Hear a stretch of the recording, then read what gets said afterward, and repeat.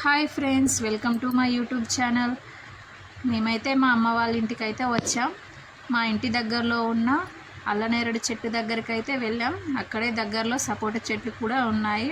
ఈ అల్లనేరేడు చెట్లు అయితే చాలా పండ్లు ఉన్నాయి, పెద్ద పెద్దవిగా హైబ్రిడ్ పళ్ళలాగా ఉంది. చూడండి, ఇలా గుత్తులు గుత్తులుగా కాసాయి. చాలా బాగుంది టేస్ట్ కూడా. చూడండి, సపోటా చెట్టు దగ్గరికి కూడా వెళ్ళాము. మీ ఇంటి దగ్గర అయితే సపోటా చెట్టు ఉంటే కామెంట్ చేయండి.